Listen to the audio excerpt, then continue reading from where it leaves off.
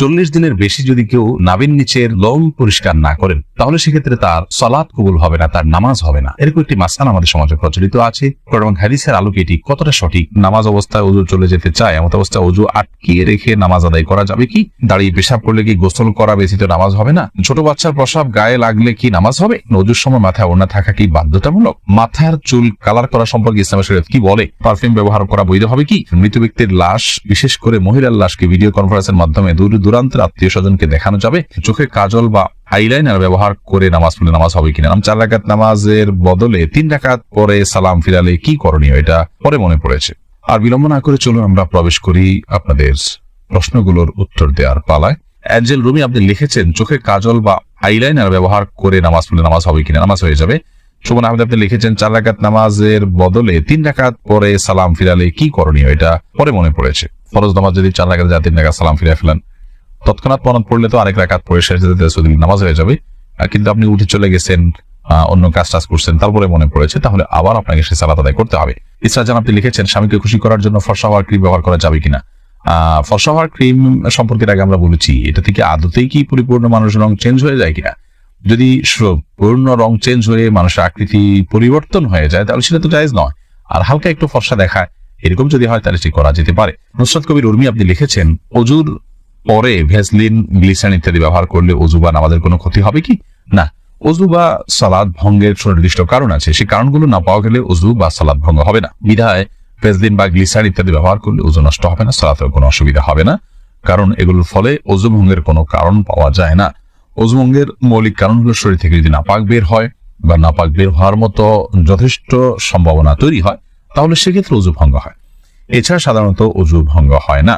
অতএব Vaseline, glycerine ইত্যাদি আপনি ব্যবহার করেছেন, কোনো নাপাক বের হয়নি আপনার শরীর থেকে, বিধায় ওযু ভঙ্গ হবে না। এরপর আশিক রহমান আপনি লিখেছেন, মৃত ব্যক্তির লাশ, বিশেষ করে মহিলার লাশকে ভিডিও কনফারেন্সের মাধ্যমে দূর দূরান্তের আত্মীয় স্বজনকে দেখানো যাবে?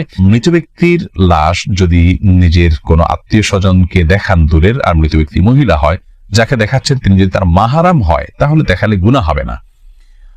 তবে সেটাকে ভিডিও করে রাখা, ছবি তুলে রাখা অবশ্যই অনুচিত কাজ, কারণ মৃত্যুর পর মানুষের আকৃতিতে অনেক সময় পরিবর্তন হয়, কিছুটা বিকৃতি ঘটে থাকে। এগুলোকে ধারণ করা, রাখা বা বিভিন্ন জায়গায় প্রচার করার সময় মৃত ব্যক্তির জন্য অপমানের হয়, যেটা তিনি জীবদ্দশায় হয়তো পছন্দ করতেন না যে তার বিকৃত কোনো রূপকে কেউ প্রচার করুক, সেজন্য রেকর্ড করে রাখা অনুচিত। তবে লাইভে যদি দেখানো হয় তার কোনো মাহারামকে, যাতে পর্দার কোনো বিধান লঙ্ঘন না হয়, তাহলে সেক্ষেত্রে কোনো হারাম কিছু হবে না বলে আশা করি। তবে মনে রাখতে হবে, খুব দ্রুততার সাথে আপনার দাফন কাফনের ব্যবস্থা করা, এই সমস্ত লাইভ কনফারেন্স এগুলো করতে করতে যেন খুব বেশি বিলম্ব না করা হয়, সে বিষয়টি অনেক গুরুত্বপূর্ণ করা। জানাজা দিতে আসছে, জানাজা খুব দ্রুততার সাথে তোমরা দাও। শাহিন আলম লিখেছেন, পারফিউম ব্যবহার করা বৈধ হবে কি? পারফিউম ব্যবহার করা বৈধ। পারফিউমে যে অ্যালকোহল আছে, সেই অ্যালকোহলের কারণে অনেক ওলামায়ে কেরাম নাজায়েজ বলেন। তবে অ্যালকোহল ছাড়া অনেক পারফিউম আছে, সেগুলো তো অবশ্যই জায়েজ হবে। আর অ্যালকোহল থাকলেও নাজায়েজ হবে যে সেটি নিশ্চিত নয়, অনেকের মতে নাজায়েজ হবে, অনেকের মতে জায়েজ হবে, কারণ অ্যালকোহল পান করা হারাম হলেও সেটি কাপড় চোপড় লাগলে যে নাপাক হয়ে যাবে ব্যাপারটা সেরকম নয়। এটা যথেষ্ট মত পার্থক্য আছে। সবচেয়ে ভালো হয় অ্যালকোহল ছাড়া অনেক পারফিউম বাইরে হচ্ছে, সেগুলো ব্যবহার করা, কিংবা আপনার আতর ব্যবহার করা। আমি ব্যক্তিগতভাবে অ্যালকোহল সহ পারফিউম ব্যবহার করাটাকে জায়েজ মনে করি। এরপরে আব্দুল মা এই আইডি থেকে আপনি লিখেছেন, মাথার চুল কালার করা সম্পর্কে ইসলামের শরীয়ত কি বলে? মাথার চুল কালার করতে পারেন, বিশেষ করে সাদা যখন হয়ে যায় তখন নবী করিম সাল্লাল্লাহু আলাইহি ওয়াসাল্লাম এর হাদিস অনুযায়ী এটাকে কালার করাটাই হলো উচিত এবং সুন্নাহ। তিনি বলেছেন, ইহুদিরা সাদা চুল রাখে, তোমরা এটাকে কালার করবে, ওয়াজান্নিবু সাওয়াদ, তবে তোমরা কালো কালার থেকে বিরত থাকবে। অতএব মেহেদি বা এই জাতীয় কোনো ন্যাচারাল কোনো কিছু যদি আপনি কালার করতে পারেন সেটা সুন্নাহ। এরপরে প্রশ্ন করেছেন হাবিবা, আপনি লিখেছেন, ওযুর সময় মাথায় ওড়না থাকা কি বাধ্যতামূলক?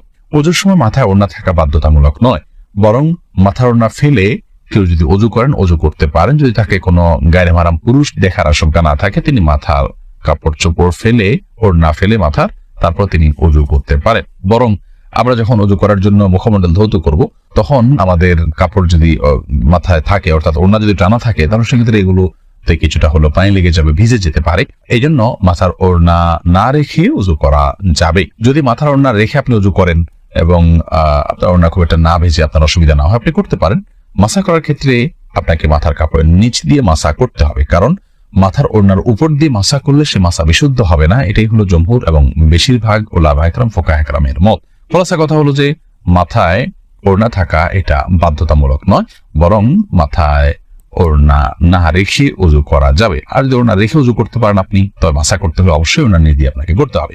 সুমাইয়া আপনি লিখেছেন, ছোট বাচ্চার প্রসাব গায়ে লাগলে কি নামাজ হবে?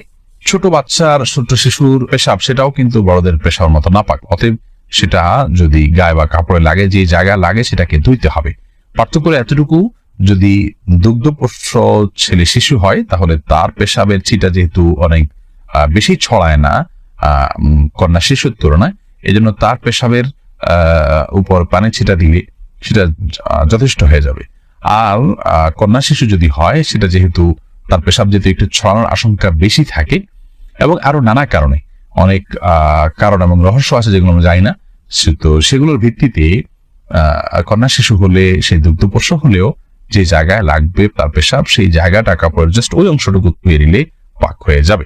খোলাসা কথা হলো যে ছোট বাচ্চাদের পেশাব যদি কাপড়ে লাগে কিংবা শরীরে লাগে সেটা নাপাক হবে, সেটাকে পাক করার চেষ্টা করতে হবে বড়দের পেশাব থেকে যেভাবে পাক করার চেষ্টা করা হয়। তবে হ্যাঁ, দুগ্ধপোষ্য যে দুধের উপরে টিকে থাকে এরকম ছোট ছেলে শিশু হলে সেক্ষেত্রে পাকের পদ্ধতির ক্ষেত্রে কিছুটা শিথিলতা আছে, পায়ের ছিটা দিলে পাক হবে।